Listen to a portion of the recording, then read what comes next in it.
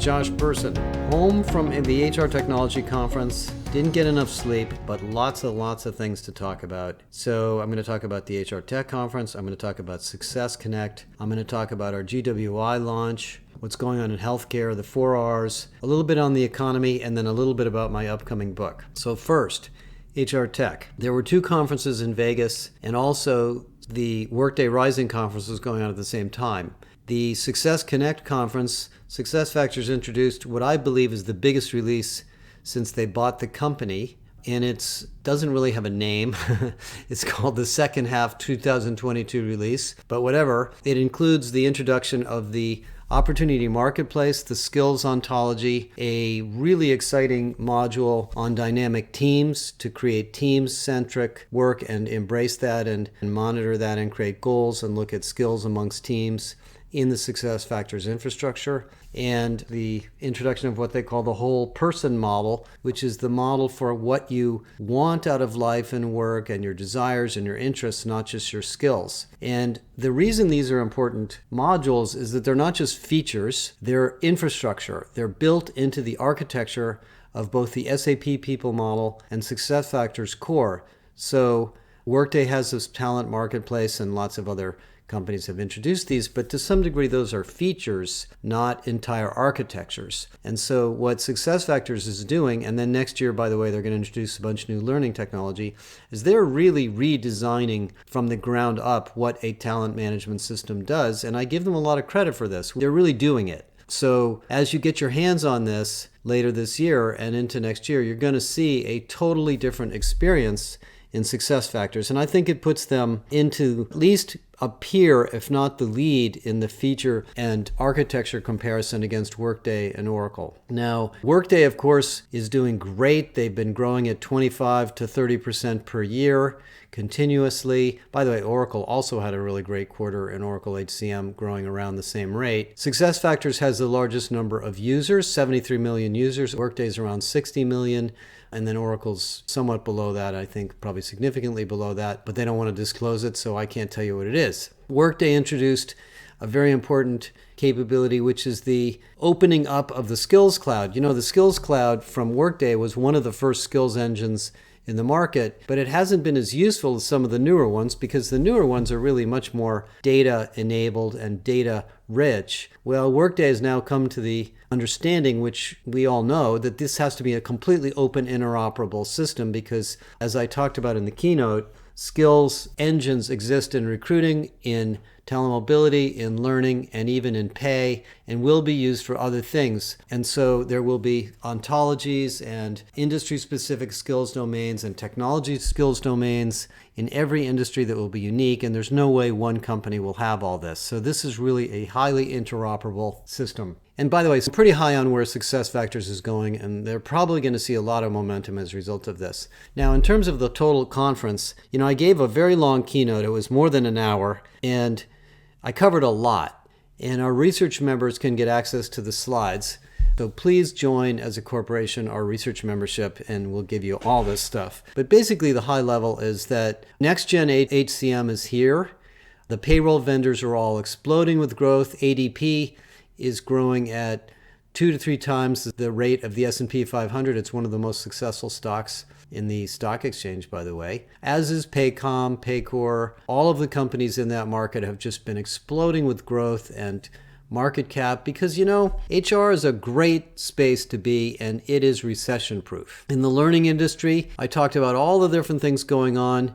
Cornerstone has been on a tear buying companies. Greed is reinventing itself at the moment to respond to the acquisition of Edcast by Cornerstone. All of the content providers are doing well. Udemy had a 60% year-over-year growth. I think they're an exceptionally well-run company and really an interesting company in the content market. LinkedIn Learning grew at 30 to 35%. I'll talk about Microsoft in a minute. Skillsoft is doing really well, and there's lots and lots of other content providers. Our Academy is doing really well, so the content industry has been doing quite well. In the area of AI, I spent a lot of time talking about skills technology and skills engines, and essentially what I was explaining to the audience is that the skills tech has been very disappointing, frankly, to most companies. It hasn't done nearly what we had hoped. And because it's a very, very complex problem and it isn't going to be solved by one piece of software. And there's essentially three families of skills technologies. There's skills engines embedded into an app. So Beamery or Eightfold or Cornerstone or Degreed or any app, including recruiting, learning, mobility, Gloat, have skills engines in them. The second is skills middleware, companies like TechWolf and others that are trying to build interoperability software to infer skills across different apps and import and export data between apps. Retrain.ai is another one. I think those guys are going to have a little bit of a harder time. I had a big debate with one of them about it because they have to become big enough that they're relevant to these other big players, because everybody, of course, wants to be the system of record for this, which is very, very difficult when you have so many different applications and use cases of the AI. And the third is what I call the talent intelligence platforms, and these are the ones that I think are the most interesting. These are the companies that are really data companies, not software companies.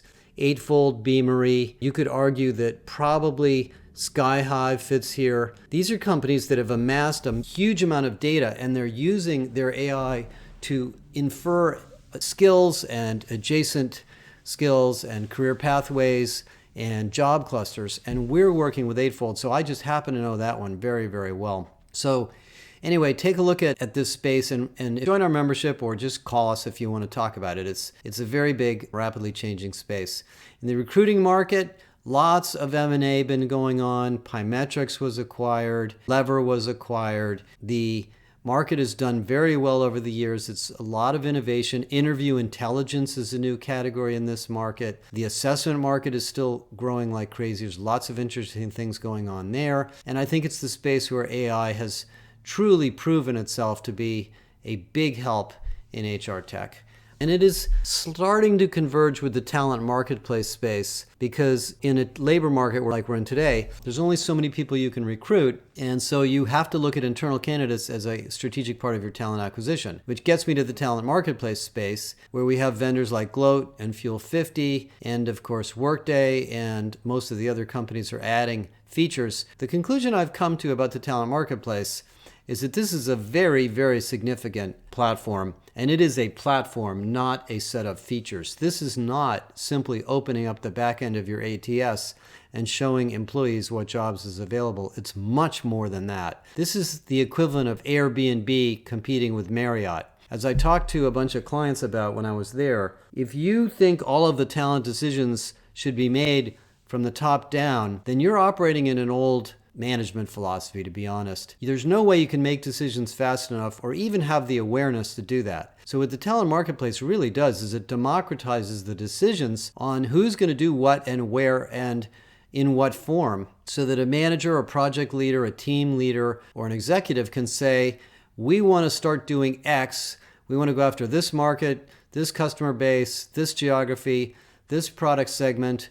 Let's get a bunch of people to work on this. By the way, HR, do you know who they are? No.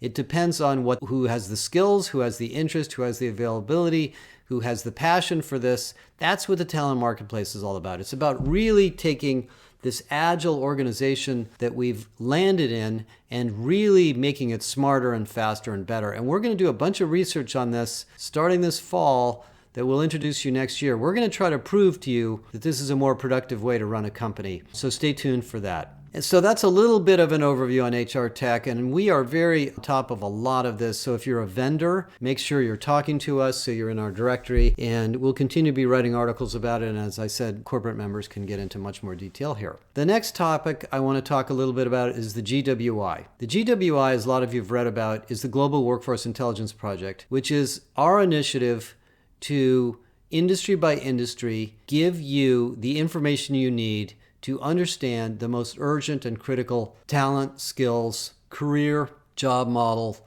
and architectures in each industry.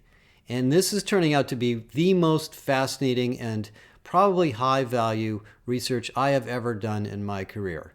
We launched the healthcare study this week, and Greg Till, the CHRO of Providence, who's one of the smartest guys I've met, was there with us. And as you can see from the research and read on our website, this is the largest employer in the United States. Almost 16% of Americans work in healthcare. It is under enormous stress. Healthcare providers do not have the authority to not deliver service. So they have to deliver service regardless of whether they can hire enough people. And so they tend to resort to contingent work and gig work and part-time work and all sorts of things to fill the gap. And there will be a shortage of 2.1 million clinical professionals in the United States by the end of 2025. We have done the analysis of that. We used the eightfold 2 billion person data set to figure this out. We did time series analysis backwards and forwards to figure this out. And we identified exactly the jobs and the roles and the skills that will be in demand. And what we concluded, as we talked about at the conference,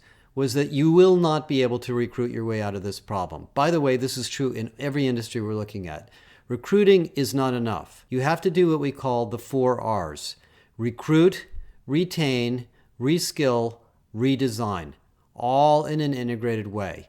Because the gaps and the transformations going on in work are happening so fast, and the labor market is so constrained and not growing fast enough that you as a company have to do all 4 of those things in an orchestrated way. And that's what the GWI is all about, is giving you the information how to do that. The healthcare research is fascinating. Join our membership if you'd like to get the details, but you can see the infographic and some great information about it on our website. The next study we're going to be launching is banking. That'll be out before the end of the year. Early next year, we're going to do consumer packaged goods, then we're going to do pharma, and then we're probably going to do energy. And what we're basically doing for you is we're becoming a vertical industry research company. Each one of our analysts are specializing in an industry. And so we're going to be in a position to not only talk to you about HR and all the things that make HR better, but also in your industry, what are the specific initiatives and innovations and creative ideas that you should be thinking about. And if you're in the healthcare industry, please contact us. We have a special healthcare CHRO forum going on and a whole series of big reset activities going on in healthcare right now to be followed with the other industries coming. The other thing I wanted to say about the 4R model is it's very, very repeatable. On Friday, I talked to a friend of mine who works at a large semiconductor company, and he's using the 4R model to plan and predict and understand the future skills gaps in the semiconductor industry. And as you know, the United States just allocated something like $50 billion to build fabs and do research all over semiconductors, but there aren't enough people. There aren't enough production engineers, there aren't enough scientists, there aren't enough operations people. So we have that data too, and we're going to be working with them and that consortium to help them identify the gaps and what they can do to fill them. One of the themes that comes out of all of these studies is the fact that the most powerful tool you actually have to fill these talent gaps is the redesign tool of redesigning the work. In the case of healthcare, there's this idea of working at the top of your license, which means if you're a licensed nurse, you shouldn't be sweeping the floors or taking out the trash or scheduling people or filling out forms. So all of us have the opportunity to go through the org design work that we've been showing you and figure out how to decompose your jobs into tasks and delegate them to the right technology or the right people so you don't have people wasting time on things they're overqualified for. And that's a massive opportunity all over business, everywhere I've ever worked, that we're going to all learn how to do better in the next couple of years. Okay, so that's a little bit about that. The economy. I'm not an economist, but I think I'm pretty good at seeing what's going on. And as many of you know, I have been saying for months that there is no recession. I don't think there's going to be a recession. Yes, we're going to have high interest rates. Yes, we've got to get this inflation under control. But the demand in the economy is high. Every company we talk to is growing. Yes, the investment banks can't hire as many MBAs because there's no companies going public, but that's a tiny, tiny, tiny number of people in the workforce. And we're going to have an economy that's going to be very different in the coming years. I'm working on a large presentation for a speech I'm giving in Europe in the fall. So I'm not going to spill the beans yet, but I have some things I want to share with you on the economy. And I think what we're witnessing is a pretty big transformation that happened during the pandemic that we're now seeing the evidence of in the unemployment numbers and the job numbers. So anyway, call me if you want to talk about it. I'm going to be talking to some economists about it. But I think we're going to have a very interesting time. And what's really coming out of the work environment that we're in is the fact that the workers are now in charge. And I don't mean that in a communist way. I mean that employees, the workforce, managers, professionals, they have more authority and power in many cases than employers. That's an odd shift after so many years, hundreds of years, where the employers were the bosses. But it's happened. And I know employees who are laid off don't feel that way, and I know how difficult it can be when you have to change jobs. But as a whole, the big shift that's been taking place following the big reset from the pandemic is the need to think about employees as an asset. So let me talk about my book.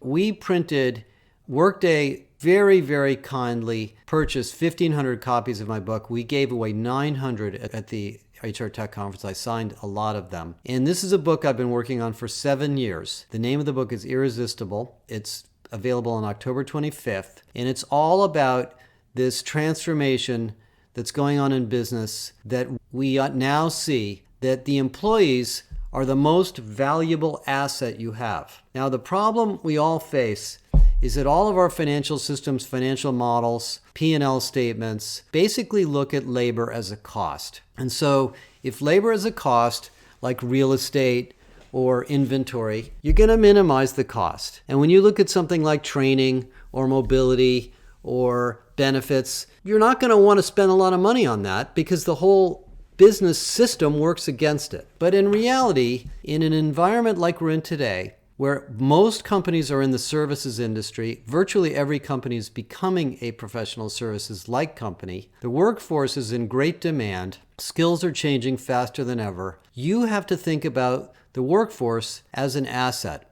Because unlike equipment or inventory that depreciates over time, human beings appreciate. When you invest in a person, when you give that person training, when you get them more familiar with your business, when you get them connected to customers, they become more and more and more valuable. And you have to keep working at making sure that they stay valuable in your company and they don't feel left out. That is what is all about building an irresistible organization. And what I did for many years prior to Deloitte and at Deloitte is I studied data from hundreds and hundreds of companies. And of course, I was having interviews and meetings with many of them. And I found that there are companies that understand this philosophy. And these companies far outperform their peers over long periods of time. During short periods of time, companies can do great and just ignore their workforce entirely and just treat them like dirt. But over a long period of time, during the business cycle change, during a technology change, during an economic disruption, during a competitive disruption, those companies that are not taking care of their people always fall behind. So this idea of building an irresistible organization is one of the most sustainable, enduring, predictable things you can do as a company. Now, those of you in HR know this, but what I really did in this book is I really took this apart and I went through hundreds of examples, what I call the 7 secrets, and I put it in print.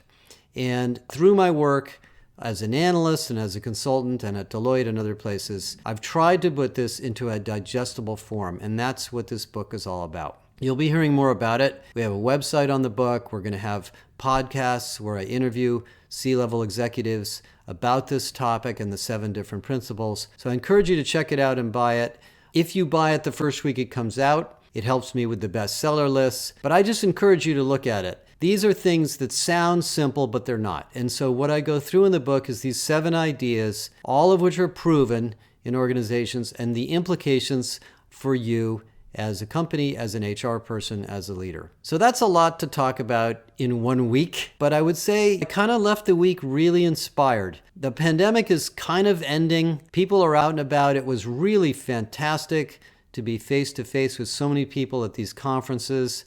The tech industry is doing great. I know we're going to be dealing with high interest rates. I know the stock market is frustrating, but we've got to work off this 14 years of zero interest rates. As Bill was saying to me the other day, it's like when you take a dose of penicillin. You can't take half a dose. You got to take the whole dose. And the Fed hasn't given us the whole dose yet. And so we're going to have to just painfully work through the slowdown of this zero interest rate environment and all of the asset inflation that was created that probably will take until next year, maybe the middle of next year. So the economy is going to be a little bit weird, but you know what? Doesn't matter.